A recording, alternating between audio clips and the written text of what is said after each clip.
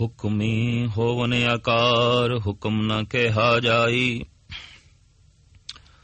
ਹੁਕਮੀ ਹੋਵਨ ਜੀ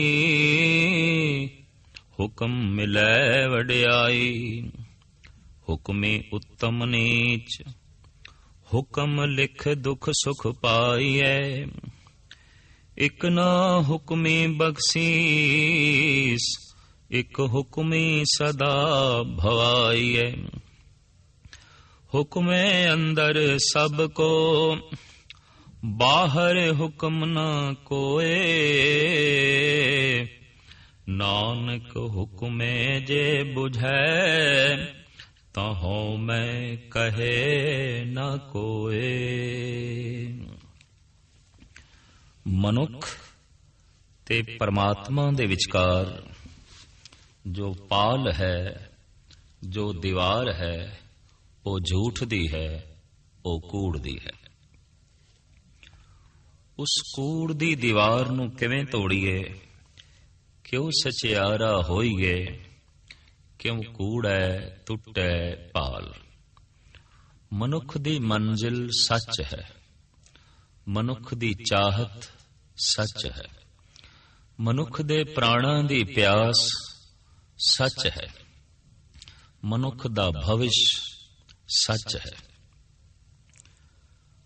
ਔਰ ਅਗਰ ਭਵਿਸ਼ ਸੱਚ ਹੀ ਹੈ, ਪ੍ਰਾਣਾਂ ਦੀ ਚਾਹਤ ਵੀ ਸੱਚ ਹੈ, ਤਾਂ ਬਾਧਾ ਕੀ ਹੈ?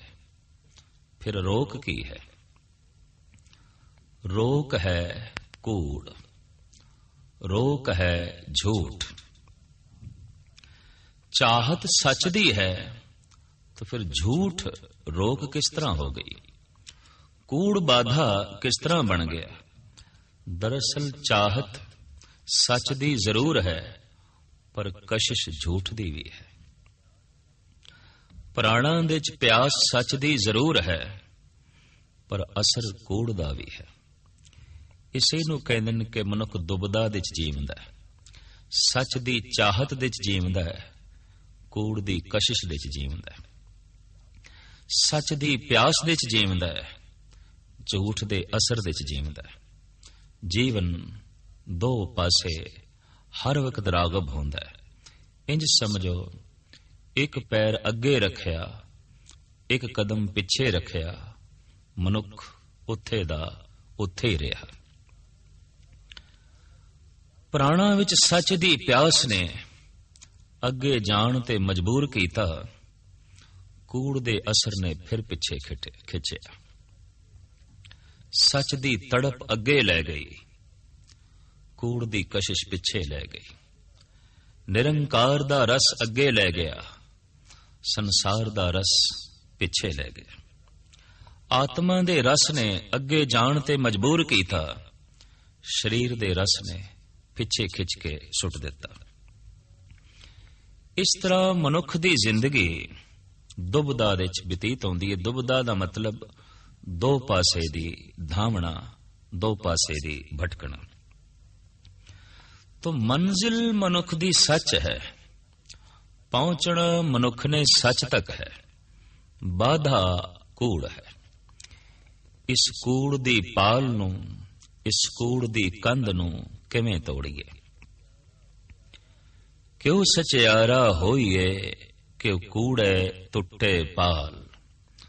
ਸਮੁੱਚੀ ਮਨੁੱਖੀ ਜ਼ਿੰਦਗੀ ਦਾ ਇਹ ਅਹਿਮ ਪ੍ਰਸ਼ਨ ਹੈ, ਸਭ ਤੋਂ ਪਹਿਲਾ ਪ੍ਰਸ਼ਨ ਹੈ, ਜਿਸ ਨੂੰ ਸਾਹਿਬ ਸ੍ਰੀ ਗੁਰੂ ਨਾਨਕ ਦੇਵ ਜੀ ਮਹਾਰਾਜ ਆਪਣੀ ਬਾਣੀ ਦੁਆਰਾ ਖੜਾ ਕਰਦੇ ਨੇ। ਸਮੁੱਚੀ ਮਨੁੱਖਤਾ ਦਾ ਜਦ ਇਹ ਸਵਾਲ ਹੈ, ਤਾਂ ਜਵਾਬ ਵੀ ਕੋਈ ਅਜ਼ੀਮ ਚਿੰਤਕ ਹੀ ਦੇ ਸਕਦਾ ਹੈ। ਇਸ ਦਾ ਜਵਾਬ ਵੀ ਕੋਈ ਉਹ ਦੇ ਸਕਦਾ ਹੈ ਜੋ ਝੂਠ ਦੇ ਅਸਰ ਤੋਂ ਬਚ ਕੇ ਸੱਚ ਤੱਕ ਪਹੁੰਚਿਆ ਹੋਵੇ।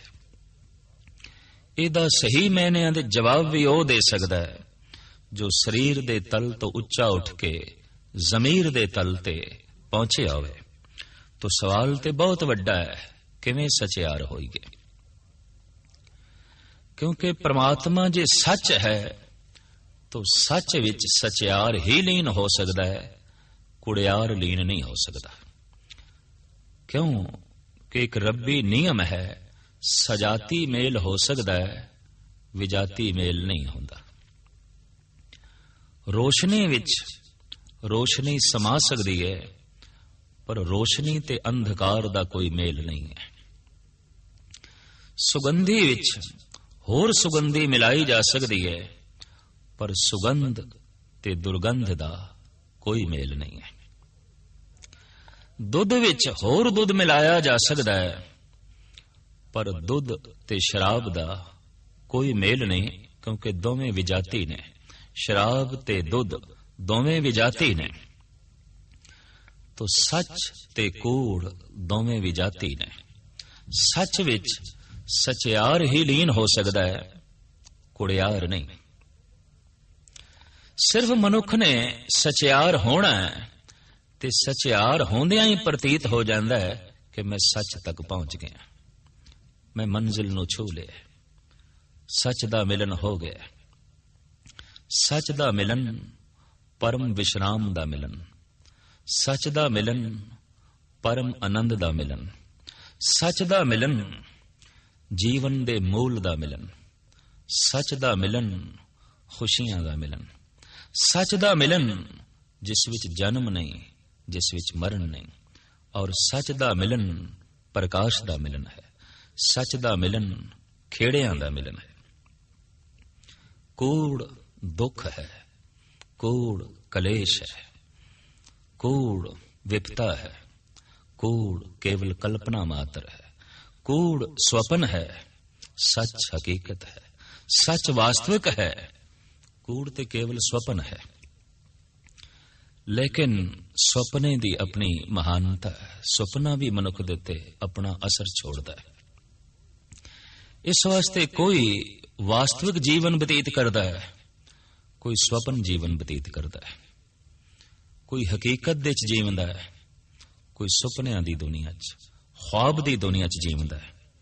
ख्वाब ਚਾਹੇ ਹੈ, ਉਸ ਦੀ ਆਪਣੀ ਹਸਤੀ ਹੈ, ਫਿਰ ਵੀ ਕੂੜ ਹੈ, ਫਿਰ ਵੀ ਝੂਠ ਹੈ। ਤੋ ख्वाबां ਦੇ ਚ ਜੀਣ ਵਾਲਾ ਝੂਠਾ ਹੀ ਹੈ। ख्वाबां ਦੇ ਚ ਜੀਣ ਵਾਲਾ ਮਿਥਿਆ ਜ਼ਿੰਦਗੀ ਬਤੀਤ ਕਰਦਾ ਹੈ। ਤੋ ਸਚਿਆਰ ਹੋਣਾ ਤਾਂ ਹੀ ਸੱਚ ਦਾ ਮਿਲਨ ਨਸੀਬ ਹੋ ਸਕਦਾ ਹੈ। ਤੋ ਸਤਿਗੁਰ ਫਰਮਾਨ ਕਰਦੇ ਨੇ, ਕਿਉਂ ਸਚਿਆਰਾ ਹੋਈਏ, ਕਿਵੇਂ ਸਚਿਆਰ ਬਣੀਏ। ਕਿਉ ਕੂੜੇ ਟੁੱਟੇ ਪਾਲ, ਝੂਠ ਦੀ ਪਾਲ ਕਿਵੇਂ ਟੁੱਟੇ। ਉੱਤਰ, ਹੁਕਮ ਰਜਾਈ ਚੱਲਣਾ, ਨਾਨਕ ਲਿਖਿਆ ਨਾਮ। ਹੁਕਮ ਦੀ ਰਜ਼ਾ ਵਿੱਚ ਚੱਲਣਾ, ਹੁਕਮ ਦੀ ਪ੍ਰਸੰਨਤਾ ਵਿੱਚ ਚੱਲਣਾ, ਹੁਕਮ ਨੂੰ ਮੰਨ ਕੇ ਚੱਲਣਾ। ਕਿਹੜੇ ਹੁਕਮ ਨੂੰ ਮੰਨ ਕੇ ਚੱਲਣਾ, ਕਿਸ ਹੁਕਮ ਦੀ ਰਜ਼ਾ ਵਿੱਚ ਚੱਲਣਾ, ਜੋ ਨਾਲ ਲਿਖਿਆ ਹੋਇਆ ਹੈ। ਨਿਯਮ ਪ੍ਰਭੂ ਦਾ ਮਨੁੱਖ ਦੇ ਨਾਲ ਲਿਖਿਆ ਹੋਇਆ ਹੈ। ਜ਼ਿਆਦਾ ਬੋਲੇਗਾ ਮਨ ਖਿੰਡ ਜਾਏਗਾ, ਜ਼ਿਆਦਾ ਖਾਵੇਂਗਾ ਰੋਗੀ ਹੋ ਜਾਵੇਗਾ, ਜ਼ਿਆਦਾ ਸੋਚੇਗਾ ਦਿਮਾਗ ਤੇ ਬੋਝ ਪੈ ਜਾਏਗਾ, ਜ਼ਿਆਦਾ ਫਿਕਰਮੰਦ ਔਰ ਚਿੰਤਾਵਾਂ ਦੇ ਜੀਵੇਂਗਾ ਤਵਾਜ਼ਨ ਖੋ ਬੈਠੇਗਾ। ਇਹ ਤੇ ਅਸੀਂ ਰੋਜ਼ ਵੇਖਦੇ ਹਾਂ। ਦੁੱਖ ਕੀ ਹੈ? ਨਿਯਮ ਦੀ ਉਲੰਘਣਾ, ਹੁਕਮ ਦੀ ਉਲੰਘਣਾ। ਸੁਖ ਕੀ ਹੈ? ਹੁਕਮ ਦੀ ਪਾਲਣਾ ਕਰਨਾ, ਨਿਯਮ ਦੀ ਪਾਲਣਾ ਕਰਨਾ। ਦੁੱਖ ਪਰਮਾਤਮਾ ਦੀ ਤਰਫੋਂ ਕੋਈ ਦਿੱਤੀ ਹੋਈ ਕਰੋਪੀ ਨਹੀਂ, ਸਜ਼ਾ ਨਹੀਂ, ਬਲਕਿ ਖੁਦ ਨਿਯਮ ਦੀ ਉਲੰਘਣਾ ਕਰਨ ਦਾ ਫਲ ਹੈ। ਇਸ ਵਾਸਤੇ ਪਰਮਾਤਮਾ ਤੇ ਦਿਆਲੂ ਹੈ। ਕੋਈ ਜ਼ਾਲਮ ਹੀ ਸਜ਼ਾ ਦੇ ਸਕਦਾ ਹੈ, ਕੋਈ ਕਠੋਰ ਹੀ ਸਜ਼ਾ ਦੇ ਸਕਦਾ ਹੈ। ਚਿੱਤ ਕਠੋਰ ਕੀਤੇ ਬਿਨਾ ਕਿਸੇ ਨੂੰ ਸਜ਼ਾ ਨਹੀਂ ਦਿੱਤੀ ਜਾ ਸਕਦੀ, ਕਿਸੇ ਨੂੰ ਦੁੱਖ ਨਹੀਂ ਦਿੱਤਾ ਜਾ ਸਕਦਾ। ਜਦ ਕੋਈ ਦੁੱਖ ਭੋਗਦਾ ਹੈ, ਦੁੱਖ ਭੋਗਣ ਦੀ ਜ਼ਿੰਮੇਵਾਰੀ ਉਸ ਦੀ ਸਵੈਮ ਦੀ ਹੈ, ਉਸ ਦੀ ਆਪਣੀ ਹੈ। ਦੁੱਖ ਦਾ ਮਤਲਬ ਨਿਯਮ ਦੀ ਉਲੰਘਣਾ, ਦੁੱਖ ਦਾ ਮਤਲਬ ਹੁਕਮ ਦੀ ਉਲੰਘਣਾ। ਜਿੱਥੇ ਕੋਈ ਸਰੀਰਕ ਪੀੜਾ ਦਾ ਜਨਮ ਹੋ ਗਿਆ, ਮਾਨਸਿਕ ਪੀੜਾ ਦਾ ਜਨਮ ਹੋ ਗਿਆ, ਸਮਝ ਲਓ ਉੱਥੇ ਹੁਕਮ ਦੀ ਉਲੰਘਣਾ ਹੋ ਗਈ ਹੈ। ਔਰ ਮਨੁੱਖ ਹੁਕਮ ਦੀ ਉਲੰਘਣਾ ਕਰ ਸਕਦਾ ਹੈ, ਇਸ ਤਰ੍ਹਾਂ ਦੀ ਖੁੱਲ੍ਹ ਪਰਿਪੂਰਨ ਪਰਮਾਤਮਾ ਨੇ ਦੇ ਰੱਖੀ ਹੈ।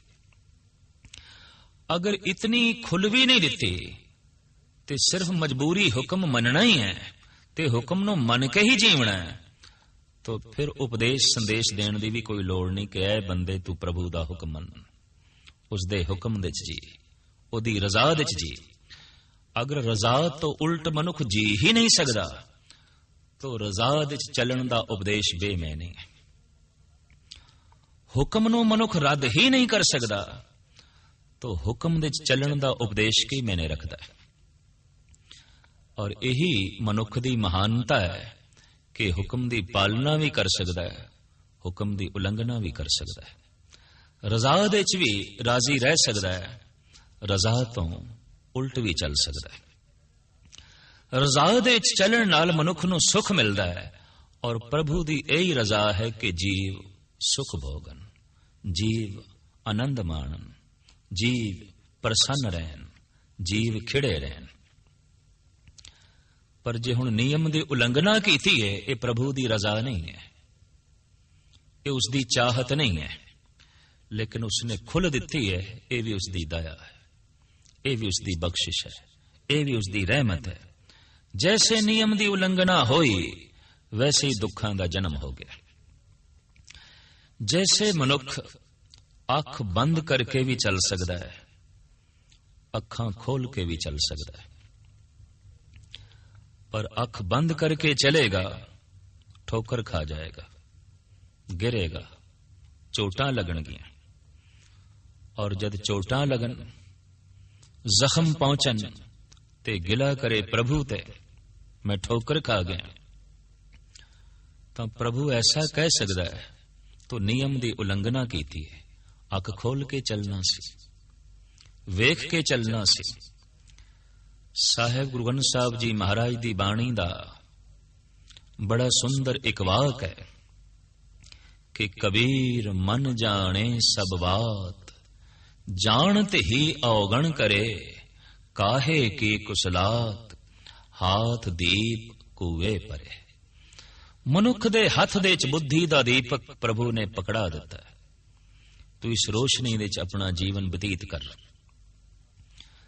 पर जे हुण मनुख अख बंद करके चले, इस रोशनी नू वेखे ही ना, ठोकर खा जाए, गिर जाए, ये जिम्मेवारी प्रभु दे नहीं है।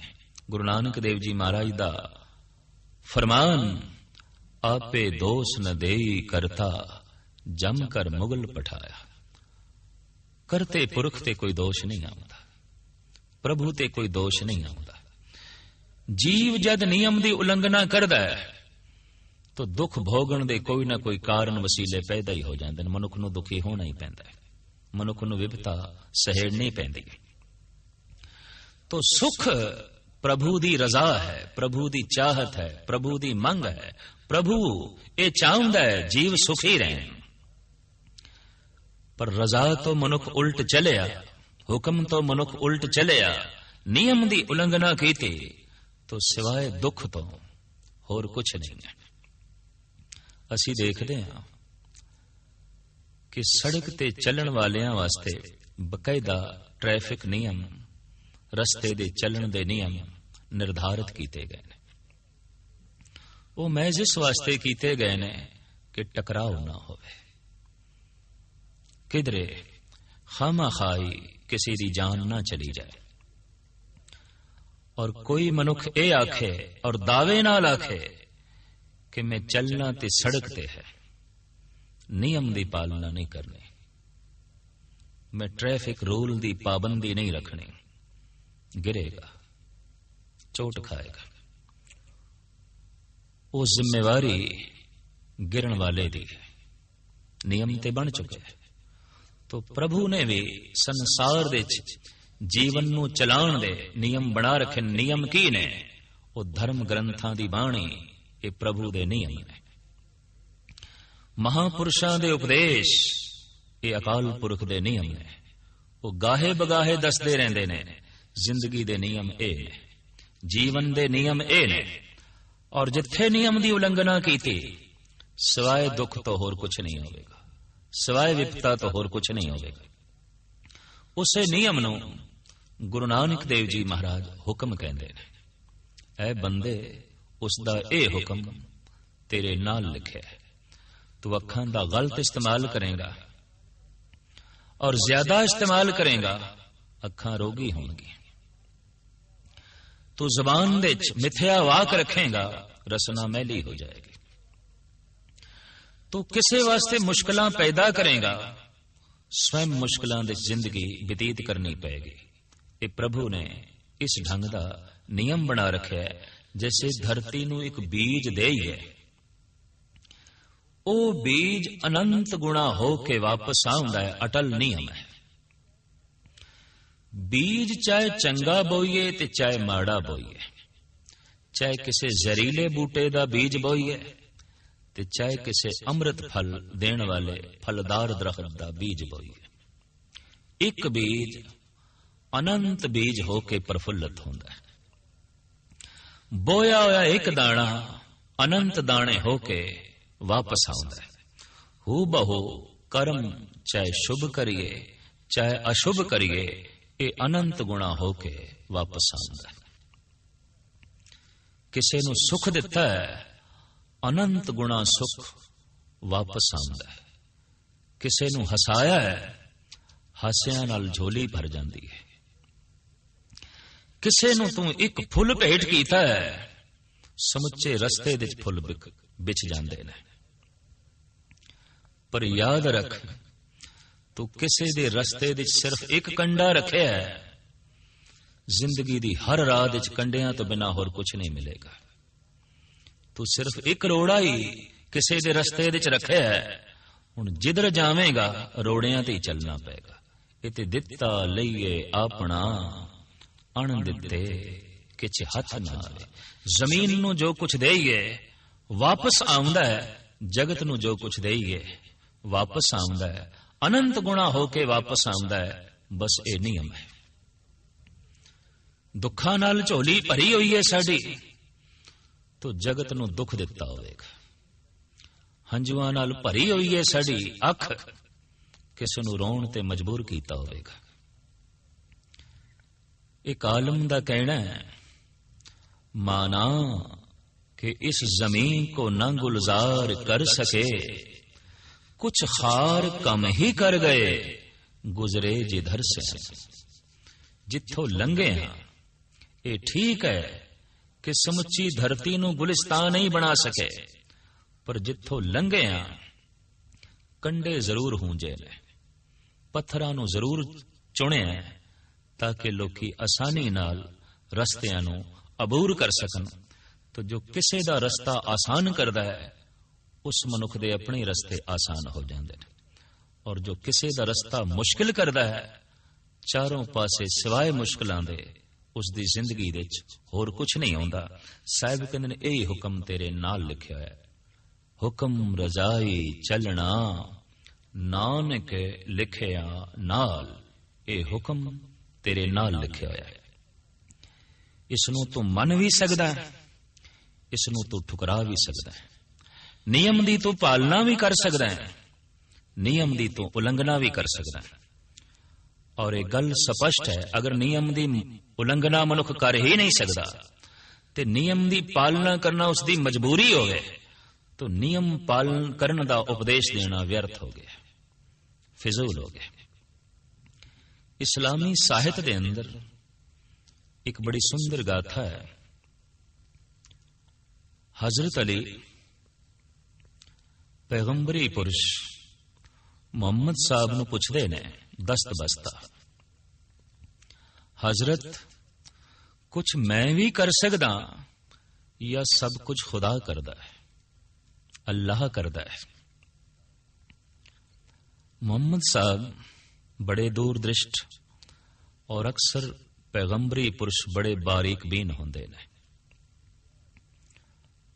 उन्होंने कहा, अली जे मैं शब्द प्रमाण दे राही बोल के तेनों समझाने की कोशिश की थी, नहीं समझ सकेगा। मेरे बोल तेरी बुद्ध की पकड़ दे नहीं आएंगे। इस वास्ते मैं किसी वक्त तेनों प्रत्यक्ष प्रमाण दे राही समझावांगा।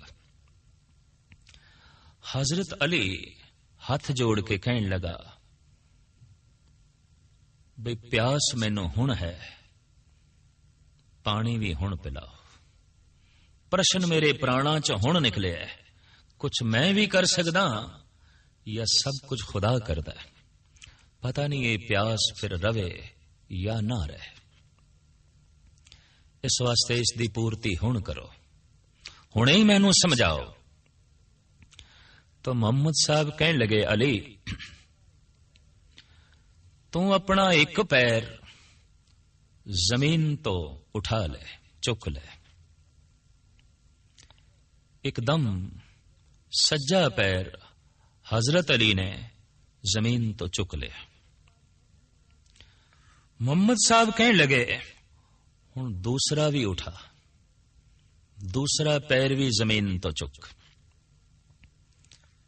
मजबूर होके अली कहने लगे, ते नहीं हो सकता, मैं सिर्फ एक पैर ही जमीन तो चुक सकदा, दूसरा नहीं। मोहम्मद साहब कहने लगे, जे तू दूसरा पैर चुकना होवे फिर तैनू की करना पएगा? तो हजरत अली कहने लगे, फिर जिहड़ा चुकिया होया मैं सज्जा पैर है उन्होंने रखना पएगा जमीन ते, तां ही मैं खब्बा पैर दूसरा पैर चुक सकांगा। अली ये तेरे सवाल दा जवाब है, ये तेरे प्रश्न दा उत्तर है।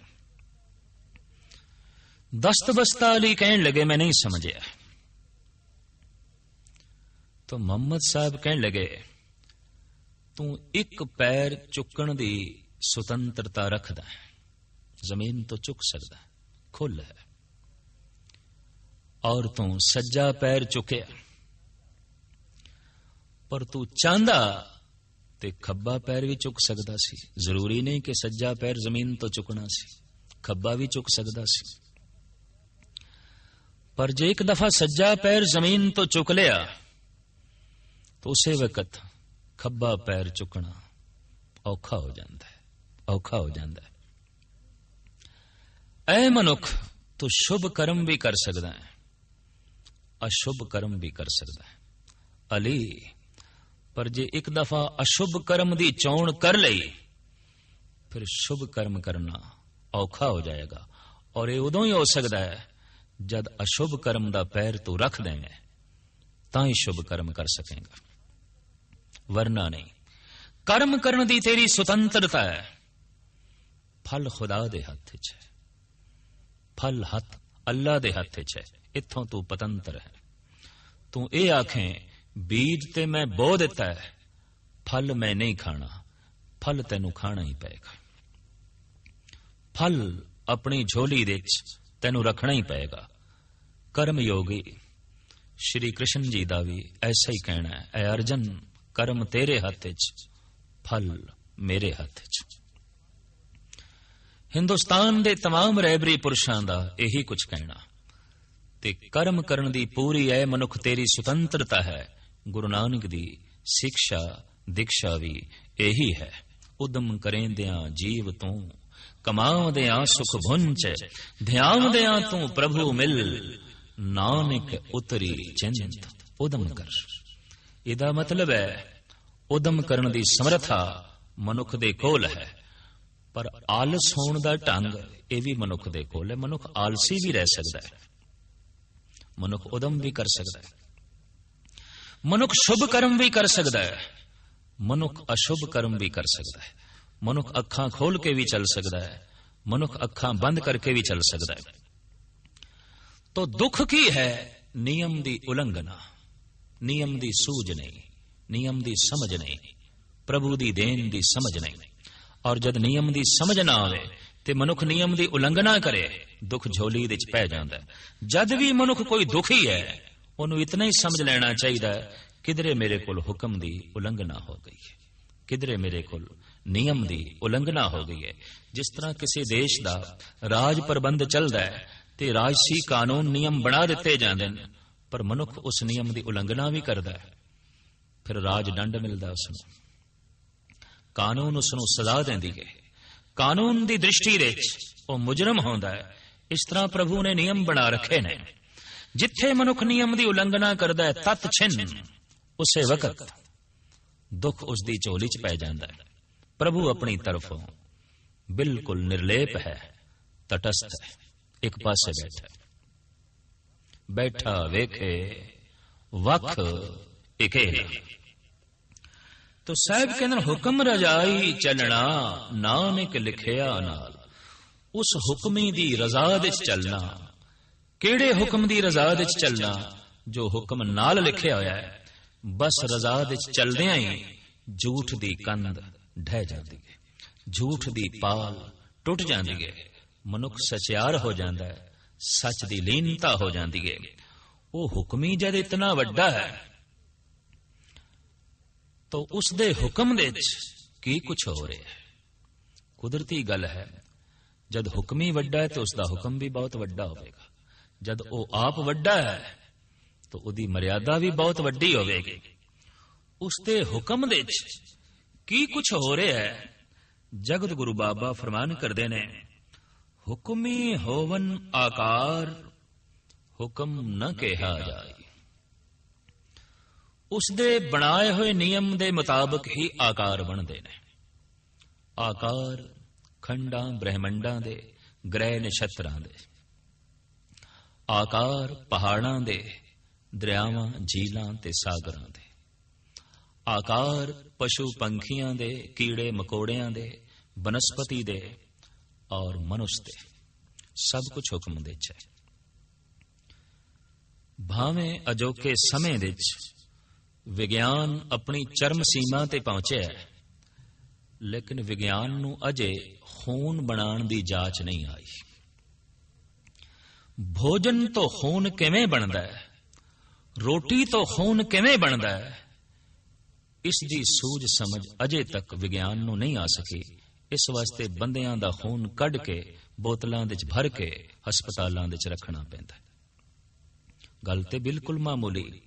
जीवन विज्ञान बना सके, आत्मा विज्ञान बना सके, इसदा ते ख्वाब भी नहीं लेना चाहिए। विज्ञान ते खून भी नहीं बना सकता।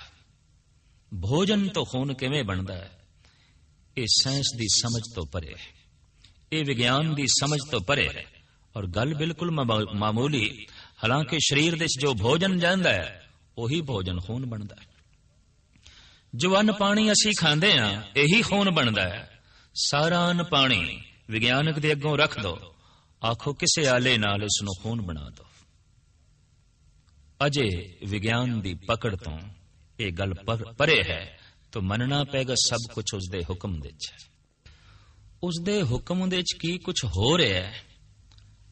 साहिब गुरु नानक देव जी महाराज इस दूसरी पौड़ी दे विस्तार सैर जिक्र करते ने, हुक्मी होवन आकार, हुक्म न कहा जाए।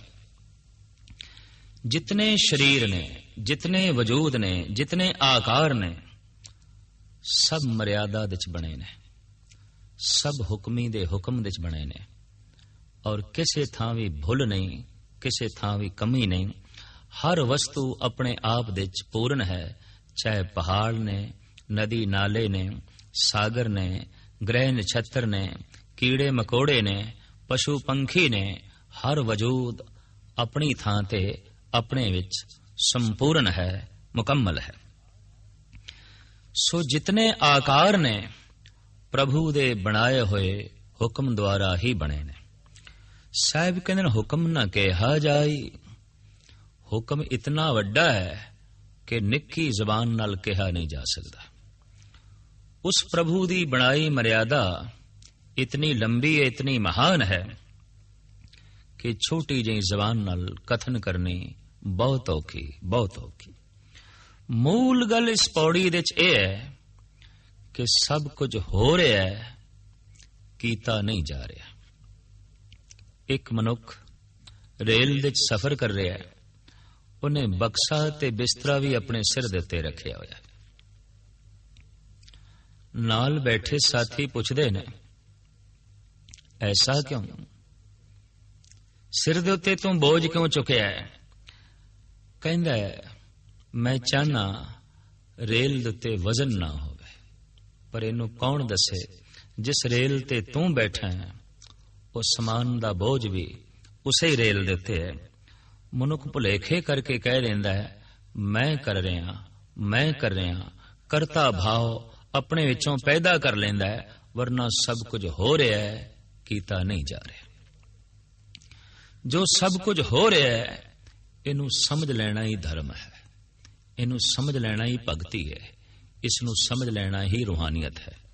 ਜੋ ਕੁਝ ਹੋ ਰਿਹਾ ਹੈ, ਇਸ ਨੂੰ ਨਾ ਸਮਝਣਾ ਤੇ ਆਪਣੇ ਕਰਤੇ ਭਾਵ ਨੂੰ ਪੈਦਾ ਕਰਨਾ, ਬਸ ਇਹੀ ਅਧਰਮ ਹੈ, ਇਹੀ ਭੁੱਲ ਹੈ, ਇਹੀ ਗਲਤੀ ਹੈ।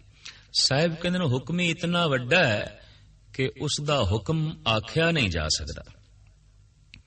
ਹੁਕਮ ਨਾ ਕਿਹਾ ਜਾਈ, ਫਿਰ ਵੀ ਸਤਿਗੁਰ ਚਲੋ ਰਸਨਾ ਛੋਟੀ ਸਹੀ, ਗੱਲ ਛੋਟੀ ਸਹੀ, ਤੋ ਚਲੋ ਪ੍ਰਭੂ ਦੀ ਛੋਟੀ ਗੱਲ ਦਾ ਜ਼ਿਕਰ ਹੋਵੇ, ਪੂਰੀ ਨਹੀਂ, ਤਾਂ ਫਿਰ ਵੀ ਕੁਝ ਉਸ ਹੁਕਮ ਬਾਰੇ ਵਿਚਾਰ ਤੋ ਸਤਿਗੁਰ ਦੱਸਦੇ ਨੇ। ਹੁਕਮੀ ਹੋਵਨ ਜੀ ਹੁਕਮ ਮਿਲੇ ਵਡਿਆਈ। ਜਿਤਨੇ ਜੀਵ ਨੇ ਪ੍ਰਭੂ ਦੇ ਬਣਾਏ ਹੋਏ ਹੁਕਮ ਦੇ ਚ ਹੀ ਬਣੇ ਨੇ, ਉਹਦੀ ਬਣਾਈ ਹੋਈ ਮਰਿਆਦਾ ਦੇ ਵਿੱਚ ਹੀ ਬਣੇ ਨੇ। ਪੰਛੀਆਂ ਦੇ ਪੰਖ ਤੇ ਪੰਖਾਂ ਤੇ ਰੰਗ ਬੜੇ ਬਾਤਰਤੀਬ ਨੇ। ਮਛਲੀ ਦੀ ਸ਼ਕਲ, ਮਨੁੱਖ ਦੇ ਸਰੀਰ ਦੇ ਚ ਇੱਕ ਇੱਕ ਨਸ ਦਾ ਆਪਣੀ ਥਾਂ ਦੇ ਉੱਤੇ ਹੋਣਾ, ਬੜੀ ਅਗੰਮੀ ਤੇ ਅਦੁੱਤੀ ਮਰਿਆਦਾ ਦੀ ਝਲਕ ਸਾਹਮਣੇ ਦਿਖਾਈ ਦਿੰਦੀ ਹੈ। ਸਾਹਿਬ ਕਹਿੰਦੇ ਨੇ ਜਿਤਨੇ ਜੀਵ ਨੇ, ਇਹਨਾਂ ਜੀਵਾਂ ਦੇ ਚ ਛੋਟੇ ਤੇ ਵੱਡੇ, ਉੱਤਮ ਤੇ ਨੀਚ, ਉਸ ਦੇ ਹੁਕਮ ਦੇ ਮੁਤਾਬਕ ਨੇ। ਦੇਖਦੇ ਹਾਂ ਉੱਤਮ ਤੇ ਨੀਚ ਹਰ ਪਦਾਰਥ ਤੇ ਹਰ ਵਸਤੂ ਤੇ ਹਰ ਜੀਵ ਦੇ ਚ ਨੇ। ਪੱਥਰਾਂ ਦੇ ਚੋਂ ਸੰਗੇ ਮਰਮਰ ਸਭ ਤੋਂ ਉੱਤਮ ਹੈ। ਵੈਸੇ ਹੀਰਾ ਵੀ ਇੱਕ ਪੱਥਰ ਹੈ। ਪੱਥਰਾਂ ਦੀ ਸਿਖਰ, ਪੱਥਰ ਵੱਧ ਤੋਂ ਵੱਧ ਆਪਣੀ ਬੁਲੰਦੀ ਨੂੰ ਛੂ ਸਕਦਾ ਹੈ ਤਾਂ ਉਹ ਹੀਰਾ ਹੀ ਹੈ। ਪਰ ਇੱਕ ਆਮ ਪੱਥਰ ਹੈ, ਆਮ ਤਾਂ ਉਹ ਇੱਕ ਨੀਵਾਂ ਹੈ, ਇੱਕ ਉੱਤਮ ਹੈ। ਪ੍ਰਭੂ ਨੇ ਆਪ ਹੀ ਇਹ ਮਰਿਆਦਾ ਬਣਾਈ ਹੈ। ਪੱਥਰ ਤੋਂ ਹੀਰਾ ਕਿਵੇਂ ਬਣਦਾ ਹੈ, ਮਨੁੱਖ ਦੀ ਸਮਰੱਥਾ ਤੋਂ ਪਰੇ ਦੀ ਗੱਲ ਹੈ। ਹੀਰੇ ਨੂੰ ਕੋਈ ਪੱਥਰ ਬਣਾਵੇ, ਮਨੁੱਖ ਦੇ ਵੱਸ ਦੀ ਗੱਲ ਨਹੀਂ। ਪੱਥਰ ਤੋਂ ਕੋਈ ਹੀਰਾ ਬਣਾਵੇ, ਮਨੁੱਖ ਦੇ ਵੱਸ ਦੀ ਗੱਲ ਨਹੀਂ। ਲੇਕਿਨ ਇਤਨੀ ਗੱਲ ਸਪਸ਼ਟ ਹੈ, ਪੱਥਰ ਹੀ ਹੀਰਾ ਹੋ ਜਾਂਦਾ ਹੈ, ਇਹ ਹਕੀਕਤ ਹੈ। ਤੋ ਹੀਰਾ ਪੱਥਰ ਦਾ ਉੱਤਮ ਰੂਪ ਹੈ, ਪੱਥਰ ਦਾ ਨੀਵਾਂ ਰੂਪ ਹੈ। ਬਨਸਪਤੀ ਦੇ ਝਾਤ ਮਾਰੀਏ, ਚੰਦਨ ਸਿਰਮੌਰ ਹੈ, ਇਹਦਾ ਕੋਈ ਮੁਕਾਬਲਾ ਨਹੀਂ। ਕਿੱਕਰ ਵੀ ਹੈ, ਜੰਡ ਹੈ, ऐसे दरख्त ने कोई फूल नहीं, फल नहीं, महक नहीं, गुण नहीं, पर महक सुगंधी ते गुण नाल भरपूर खड़ा है। चंदन ए उत्तम वस्तु, ए उत्तम सुगंधी, ए उत्तम उसदा रूप परिपूर्ण परमात्मा दा बख्शिश कीता होया है। फुल्लां दे च जाइए ते कमल दी अपनी दुनिया, उंज अक दा भी फुल होंदा है, गुलाब दा अपना एक खास अस्थान है। पर अक दे फुल नूं गुलाब दे सामने रखिए तां कहना पैंदा, हे प्रभु तेरी बनी हुई मर्यादा दे मुताबिक कोई अक दा फुल है, कोई कमल दा फुल है, कोई गुलाब दा फुल है। इसे तरीके दे नाल चौपाए जानवरां दे झात मारीए, गऊ, शेर, हाथी ये अगे जापदे ने, लेकिन सूअर है, कुत्ता है, ये ते पछड़े हुए ने। किसे मनुख दी महिमा बयान करनी होवे, असी कह देने हैं ये ते गऊ वर्गा है, ये ते शेर वर्गा बहादुर है। लेकिन किसे मनुख दी निखिदता करनी होवे ते कहना पैंदा ये ते सूअर वर्गा है, ये ते कुत्ते वर्गा है। तो चौपाए जानवरां दे कुछ नीवे ने, कुछ उत्तम ने, अति उत्तम ने। पंछियां दी दुनिया दे झात मारीए तां उत्थे भी कुछ पंछी शिखर ते पुजे ने, जैसे कि हंस है। पवित्रता दी दुनिया दे इतना अगे कि किसे महापुरुष संत दी तशबीह देनी होवे पंछियां दे चों ते कहना पैंदा है हंस वर्गा। तो पंछियां दी दुनिया दे च हंस सिरमौर है, पर कौवे भी हैगे ने, ਇੱਲਾਂ ਵੀ ਹੈਗੀਆਂ ਨੇ। ਇਹ ਨੀਚ ਯੌਨ ਹੈ ਪੰਛੀਆਂ ਦੀ ਦੁਨੀਆ ਦੇ ਵਿੱਚ, ਇੱਲਾਂ ਦੀ, ਕਵਿਆਂ ਦੀ। ਗੁਰੂ ਨਾਨਕ ਦੇਵ ਜੀ ਮਹਾਰਾਜ ਨੇ ਇੱਲ ਬਾਰੇ ਇੱਕ ਬੜਾ ਸੁੰਦਰ ਖਿਆਲ ਦਿੱਤਾ ਹੈ। ਫਿਰਦੀ ਫਿਰਦੀ ਦਹਿ ਦਿਸਾਂ, ਜਲ ਪਰਬਤ ਬਨ ਰਾਏ, ਜਿੱਥੇ ਡਿੱਠਾ ਮਿਰਤ ਕੋ, ਇੱਲ ਬਹਿਠੀ ਆਏ। ਇੱਲ ਪਹਾੜਾਂ ਤੇ ਉੱਡ ਰਹੀ ਹੈ, ਦਰਿਆਵਾਂ ਤੇ ਉੱਡ ਰਹੀ ਹੈ, ਸੁੰਦਰ ਬਗੀਚਿਆਂ ਦੇ ਉੱਤੇ ਉਡਾਰੀਆਂ ਲਾ ਰਹੀ ਹੈ, ਮਹਿਲਾਂ ਦੇ ਉੱਤੇ ਵੀ ਉੱਡ ਰਹੀ ਹੈ। ਕੋਈ ਥਾਂ ਉਸ ਨੂੰ ਪਸੰਦ ਨਹੀਂ ਆਈ। ਇੱਕ ਥਾਂ ਤੇ ਮੁਰਦਾਰ ਪਿਆ, ਉਹਨੂੰ ਵੇਖ ਕੇ ਇੱਕਦਮ ਥੱਲੇ ਆ ਗਈ। ਇਤਨੀ ਉੱਚੀ ਉੱਡਦੀ ਹੈ ਪਰ ਦ੍ਰਿਸ਼ਟੀ ਬੜੀ ਨੀਵੀਂ, ਦ੍ਰਿਸ਼ਟੀ ਬਹੁਤ ਨੀਵੀਂ। ਇਸ ਦੀ ਉੱਚੀ ਪ੍ਰਵਾਜ਼ ਨੂੰ ਵੇਖ ਕੇ ਇਹਦੀ ਦ੍ਰਿਸ਼ਟੀ ਉੱਚੀ ਮੰਨ ਨਹੀਂ ਲੈਣੀ ਚਾਹੀਦੀ। ਕਈ ਦਫਾ ਦੇਖਣ ਦੇ ਚ ਆਇਆ ਇੱਕ ਮਨੁੱਖ ਦੇ ਵਿਚਾਰ ਬੜੇ ਉੱਚੇ ਨੇ, ਲਾਜ਼ਮੀ ਨਹੀਂ ਉਸ ਦਾ ਕਿਰਦਾਰ ਉੱਚਾ ਹੋਵੇ, ਉਸ ਦਾ ਆਚਾਰ ਉੱਚਾ ਹੋਵੇ। ਤੋ ਖੈਰ, ਪੰਛੀਆਂ ਦੀ ਦੁਨੀਆ ਦੇ ਵਿੱਚ ਸਭ ਤੋਂ ਅੱਗੇ ਹੈ ਇਹ ਹੰਸ, ਪਰ ਸਭ ਤੋਂ ਨਿਖਿਧ ਹੈ ਇਹ ਕਊਆ, ਇਹ ਇੱਲ। ਇਸੇ ਤਰੀਕੇ ਨਾਲ ਕੀੜਿਆਂ ਦੇ ਉੱਤੇ ਝਾਤ ਮਾਰੀ ਹੈ ਤਾਂ ਕੀੜਾ ਰੇਸ਼ਮ ਦਾ ਵੀ ਹੈ, ਪਰ ਕੀੜਾ ਬਿਸ਼ਟਾ ਦਾ ਵੀ ਹੈ। ਆਖਰ ਕੀੜੇ ਹੀ ਨੇ। ਇੱਕ ਆਪਣੇ ਅੰਦਰੋਂ ਰੇਸ਼ਮ ਨੂੰ ਜਨਮ ਦਿੰਦਾ ਹੈ, ਕਿਸੇ ਨੰਗੇ ਦਾ ਤਨ ਵੀ ਢੱਕ ਦਿੰਦਾ ਹੈ, ਪਰ ਇੱਕ ਐਸਾ ਹੈ ਉਹਨੂੰ ਛੋਈਏ ਤੇ ਛੂੰਦਿਆਂ ਹੀ ਅਪਵਿੱਤਰ ਹੋ ਜਾਵਾਂਗੇ। ਹਾਲਾਂਕਿ ਉਹ ਵੀ ਕੀੜਾ ਹੈ, ਇੱਕ ਬਿਸ਼ਟਾ ਦਾ ਕੀੜਾ ਹੈ, ਇੱਕ ਰੇਸ਼ਮ ਦਾ ਕੀੜਾ ਹੈ। ਹੁਕਮੀ ਉੱਤਮ ਨੀਚ, ਉਸ ਦੇ ਬਣੇ ਹੋਏ ਹੁਕਮ ਦੇ ਮੁਤਾਬਕ ਕੋਈ ਉੱਤਮ ਹੈ, ਕੋਈ ਨੀਚ ਹੈ। ਇਸੇ ਤਰੀਕੇ ਨਾਲ ਅਸੀਂ ਧਰਤੀ ਦੇਖਦੇ ਹਾਂ। ਕਿਸੇ ਕਿਸੇ ਥਾਂ ਦੀ ਧਰਤੀ ਬੜੀ ਉੱਤਮ ਹੈ, ਉਪਜਾਊ ਹੈ, ਪਰ ਕੋਈ ਧਰਤੀ ਅਨੰਤ ਕਾਲ ਤੋਂ ਬੰਜਰ ਪਈ ਹੈ, ਘਾਸ ਦਾ ਦਾਣਾ ਵੀ ਨਹੀਂ ਪੈਦਾ ਹੁੰਦਾ, ਤਿਨਕਾ ਵੀ ਨਹੀਂ ਜਨਮਦਾ, ਉਜੜੀ ਪਈ ਹੈ, ਮਰੂ ਥਲ ਹੈ। ਪਰ ਕਿਧਰੇ ਸਬਜ਼ਾਜ਼ਾਰ ਹੈ तो धरती किधरे उत्तम है, किधरे नीवी है। ते हुण आ जाइए मनुख दी दुनिया दे विच, मनुखां दे चों भी कुछ मनुख अति उत्तम ने, अति उत्तम ने, कुछ नीच ने, कुछ बहुत नीवे ने। तो साहिब कहंदे ने उसदी बनी हुई मर्यादा दे मुताबक कोई उत्तम है, कोई नीवा है। किसी दा रंग काला है तो हुण लख कोशिश करे ये चिट्टा नहीं हो सकता। रंग भी प्रभु तो मिलता है, नक्शो निगार भी प्रभु तो मिलते ने। जो कुछ उस तो मिले है उन्होंने खिड़े मथे तस्लीम करने नाल ही सुख है, सकून है। तो साहिब कहते हैं हुक्म ही उत्तम नीच, हुक्म लिखे दुख सुख पाइए। लिखे हुए हुक्म दे मुताबिक ही कोई दुख भोगदा है, कोई सुख भोगदा है। कोई मर्यादा की उलंघना करके दुख भोग लेंदा है, कोई मर्यादा की पालना करके सुख भोग लेंदा है। लेकिन मर्यादा की उलंघना करने की समर्था मनुख नूं उसने दिती, यह भी उसका एक हुक्म है, यह भी उसकी एक मर्यादा है। मर्यादा की पालना मनुख कर सकता है, यह भी उसका एक हुक्म है, यह भी उसकी बनाई हुई एक मर्यादा है। तो साहिब कहते प्रभु की बनाई हुई मर्यादा दे विच कोई दुखी है, कोई सुखी है। एक ना हुक्मी बख्शीस, एक हुक्मी सदा भवाई है। एक ना ते उस हुक्मी दी हुक्म द्वारा बख्शिश हो गई, रहमत हो गई, अपने चरना च थां दे दिती, नेचल वासा मिल गया। पर एक हुक्मी सदा भवाई है, एक बने हुए हुक्म दे मुताबिक सदा ही भटकते रहंदे ने, सदैवी भटकते रहंदे ने।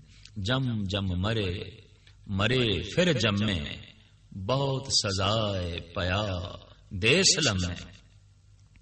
लंबी यात्रा विच पै रहिंदे ने, जमदे रहिंदे ने, मरदे रहिंदे ने। हमेशा भुआईए भुआईए भुआली भाव चक्कर विच। जिथों चलिया सी मुड़ के फिर उत्थे आया है। जन्म होया सी, मरिया है, फिर जन्म होया। तो जन्म तो चलिया सी, फिर जन्म ते आ गया, जन्म तो चलिया सी, फिर जन्म ते आ गया। इसे नूं कहंदे ने जन्म मरण दा चक्कर। जन्म होया सी ते हुण मर गया ते मुड़ के फिर जन्म ना होवे, चक्कर चों निकल गया। अगर फिर जन्म हो गया तो जिथों चलिया सी ये ते फिर उत्थे ही आ गया। तो जन्म मरण एक वर्तुल है, एक चक्र है। इस दे चों मनुख निकल सके, प्रभु ने मर्यादा बनाई है, उस दे हुक्म नूं मन लेना, खिड़े मत्थे तस्लीम कर लेना, मर्यादा दी पालना करना, मनुख चक्कर दे चों निकल जांदा है। तो साहिब कहंदे ने एक ना दे उत्ते प्रभु अपनी बख्शिश कर लेंदा है, अपने चरनां दे थां बख्शदा है, ते एक उसदे बनाए हुए हुक्म दे मुताबिक हमेशा ही चक्कर दे च पए रहिंदे ने, जमदे रहिंदे ने, मरदे रहिंदे ने। एक हुक्म सदा भवाई है, हुक्मे अंदर सबको, बाहर हुक्म ना कोय।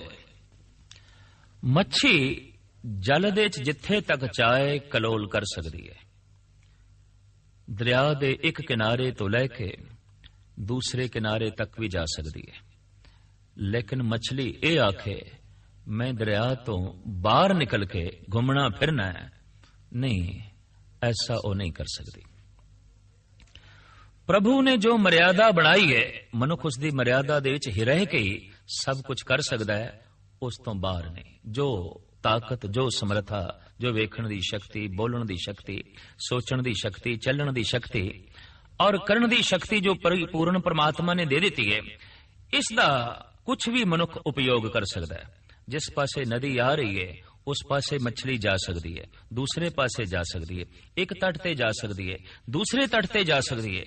मनुख शुभ कर्म कर सकता है, अशुभ कर्म कर सकता है, अच्छा कर सकता है, बुरा कर सकता है, लेकिन उसकी बनाई हुई मर्यादा दे ही सब कुछ हो सकेगा, उसकी दिती हुई समर्था दे ही सब कुछ हो सकेगा। सागर दे चों बाहर निकल के मछली कुछ भी नहीं कर सकती। मनुख जो कुछ भी कर रहा उस हुक्मी दे हुक्म दे ही कर रहा है, उसदे हुक्म तो असी बाहर नहीं हाँ। आकाश ने सारियां नूं अपने विच घेरिया होया है, असी सारे आकाश दे च हां, असी सारे परमात्मा दे च हां। हाँ, मछली नूं भुलेखा हो जाता है, कई दफा मच्छी तो जरूर पूछती है सागर किथे है, बड़ा ना सुनिया सागर दा, बड़ी महिमा सुनी है सागर दी, लोकी उसनूं रत्नाकर कहंदे ने, रत्ना दी खान कहंदे ने, सागर है किथे? तो मच्छी ते मच्छी है। मनुख भी पूछदा है परमात्मा है किथे, ईश्वर है किथे, परमात्मा किथे है? ये प्रश्न ऐसा है जैसे कोई मछली आखे सागर है किथे, समुंदर है किथे। इनू कौन आखे तू समुंदर दे विच ही है, तू सागर दे विच ही है। बंदे नू कौन दसे तू परमात्मा दे अंदर ही है, परमात्मा ने तेनू घेरे होया, तू परमात्मा दे विच ही सब कुछ कर रहे हैं। जैसे मच्छी नू खा रही है तो सागर दे विच ही खा रही है, जैसे मच्छी दी पालना कर रही है तो सागर दे विच ही कर रही है। कोई मनुख परोपकार कर रहा है तो परमात्मा दे विच कर रहा है, कोई मनुख दुराचार कर रहा है तो परमात्मा दे विच ही कर रहा है। हुक्मे अंदर सबको, बाहर हुक्म ना कोय। दरअसल इस पंक्ति नू समझण लई दिमाग दे उत्ते बहुत जोर देना पेगा। हुक्म दे सब कुछ है, भाव सागर दे च ही मच्छी दा जीवन है, कल जिहड़ी है वो इतनी है। और सागर दे च मच्छी सब कुछ कर रही है, गंद भी सुट रही है, बच्चियां दी पालना भी कर रही है, छोटे छोटे बच्चियां नू खा भी रही है, अनर्थ भी कर रही है, अर्थ भी कर रही है। मनुख जो कुछ भी कर रहा है परमात्मा दे विच कर रहा है, ये समझ आउंदी है उसनू जिसनू परमात्मा दा बोध हो जाए। फिर इस तरह दा मनुख इस राज ते रहस नू समझ के परम आनंद दी दुनिया दे अठे पैर डुबिया रहिंदा है। तो सतगुरु कह रहे ने, हुक्मे अंदर सबको, बाहर हुक्म ना कोय। रेत दे जर्रे तो लेके सूरज तक, कीड़ी तो लेके हाथी तक, सब कुछ हुक्म दे च है, सब कुछ प्रभु दे च है, सब कुछ उसदी बनाई हुई मर्यादा दे विच है। हुण सतगुरु दा फरमान है, नानक हुक्मे जे बुझै तां हों मैं कहे ना कोय।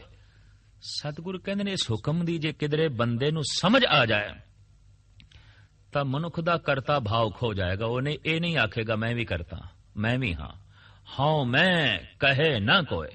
फिर किसी ने हंकार नहीं करना, मैं भी हां, ऐसा फिर किसी ने कुछ नहीं कहना। फिर ते हर एक ने कहना जो कुछ है सागर है, सागर साडा जीवन है, सागर तो ही साडा जन्म है, सागर दे विच ही सारा साडा मरण है, जो कुछ भी है सागर ही है, सागर ही है। पर जे इसका बोध ना होवे तां फिर मनुख आहंग भाव दे जीवदा है। मैं जी रहा अपने परिवार दे विच, मैं शुभ कर्म कर रहा, मैं दान कर रहा, मैं पुण्य कर रहा, मैं शुभ कर रहा, मैं अशुभ कर रहा, मैं दे च जीवना अधर्म है, तू दे च जीवना धर्म है। जिदा मैं मिट गया वो धर्मी है, जिस दे अंदरों तू मिट गया वो अधर्मी है। जिहड़ा हर वक्त मैं दे बोध दे च जीवदा है संसारी है, जिहड़ा तू दे बोध दे जीवदा है बस ओही भगत है, ओही धार्मिक है। तू है, तू है, तू है। गुरु गोबिंद सिंह जी महाराज की रचना तो जद वाक निकलिया तू ही, भाई मनी सिंह लिख रहे सन तो तू ही, तू ही, तू ही, यही बोली गए, यही बोली गए। जैसे गुरु नानक देव जी महाराज की रचना तो निकलिया सी तकड़ी तोलदे होया तेरा तेरा तेरा, ऐसे तेरे भाव दे लीन होए मेरा भाव भी खो गया, मैं ही मिट गया।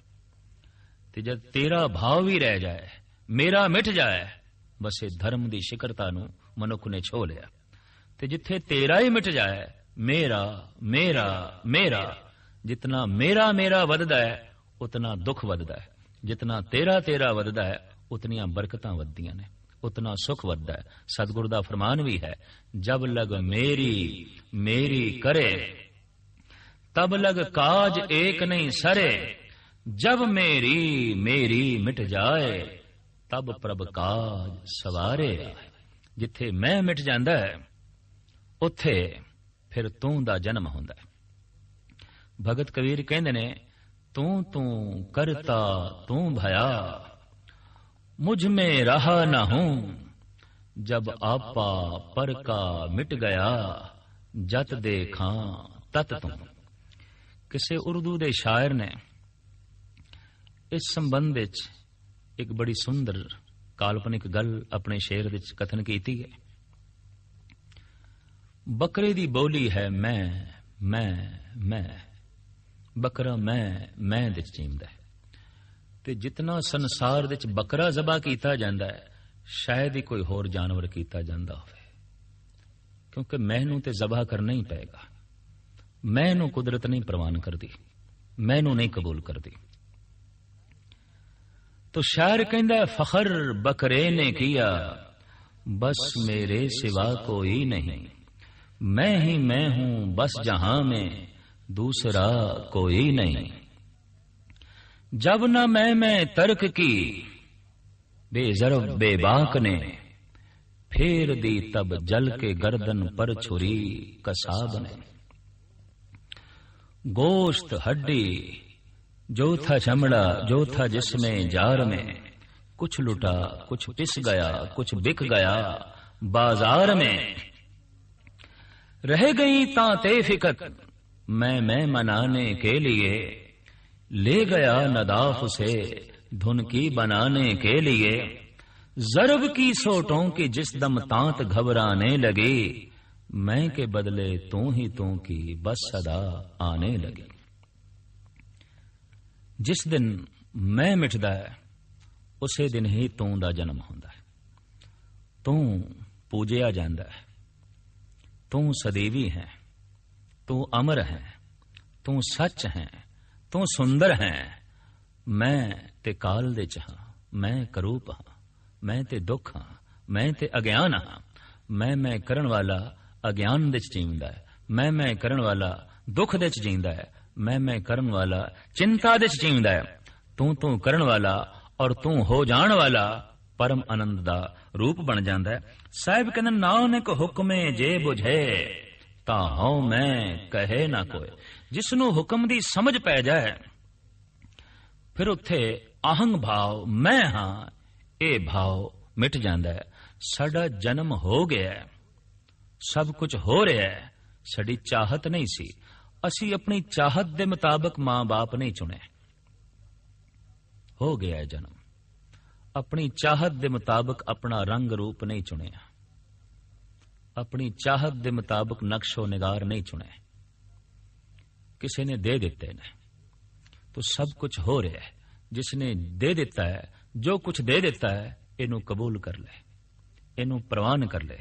जिहड़ा आखे ए मां मैनू कबूल नहीं, ए प्यो मैनू कबूल नहीं, पर इनू कौन दसे मां ते बाप नू तू कबूल कर सके, तू प्रवान कर सके, तू चुन सके। इस तरह की चुनौती ते तैनू दिती ही नहीं गई, ये ते हक तैनू दिता ही नहीं गया। सब कुछ हो रहा है, उस परिपूर्ण परमात्मा तो हो रहा है। इस गल दी समझ आउंदियां ही अहंग भाव मिट जाता है।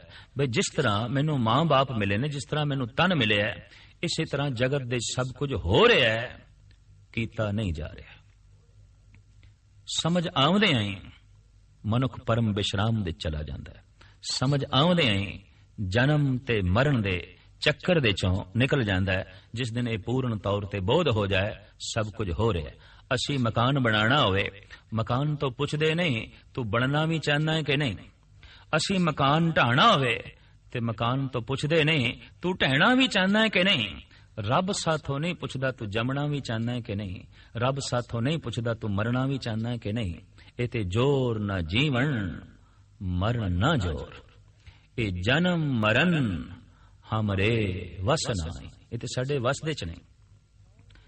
संसार दे ये सब तो वड्डियां दो घटनावां ने, जन्म ते मरण। ते जद ए बंदे तेरे हथ च नहीं, अगर जन्म मनुख दे अपने हथ दे चौंदा तो फिर इसने अपनी मर्जी दी चोण करनी सी। इन्हें फिर दुखी नहीं होना सी, ये मां मैनू नहीं चाहिदी सी, ये प्यो मैनू नहीं चाहिदा सी, ये भरा मैनू नहीं चाहिदे सन, ये घर मैनू नहीं चाहिदा सी, इस तरह दे नक्शो निगार मैनू नहीं चाहिदे सन। ते मौत किधरे मनुख दे अपने हथे च आउंदी ते शायद मनुख ने मरना ही नहीं सी। ये जन्म ते मरण मनुख दे हथ दे च नहीं। ते जद इतनी वड्डी घटना पुरख तेरे हथ दे च नहीं तां इत्थों ही कबूल कर ले मेरे हथ दे च है ही नहीं कुछ, सब कुछ तेरे हत्थां दे च है। इस गल दी समझ आउंदियां ही सतगुर कहंदे ने मनुख दा अहंग भाव मिट जांदा है। नानक हुक्मे जे बुझे तां हਉ मैं कहे ना कोय। तू सच है मैं झूठ हां, मैं दे मिटदियां झूठ मिट जांदा है, मैं दे मिटदियां मनुख सच दी मूर्ति हो जांदा है। क्यों सचियारा होइए क्यों कूड़े टुटे पाल। किवें सचियार बणीए ते किवें कूड़ दी कंध टुटे। कूड़ दी कंध मैं दी कंध, सचियार होना तू विच लीन होना। ए मैं दी कंध किवें टुटे, ए झूठ दी कंध किवें टुटे। इस गल नूं समझना है कि सब कुछ हो रहा है, कीता नहीं जा रहा। और इस गल दी समझ आउंदियां ओदी रसना तो ये पंक्ति निकलेगी। हुक्मे अंदर सबको बाहर हुक्म ना कोए। नानक हुक्मे जे बुझे तां हਉ मैं कहे ना कोय।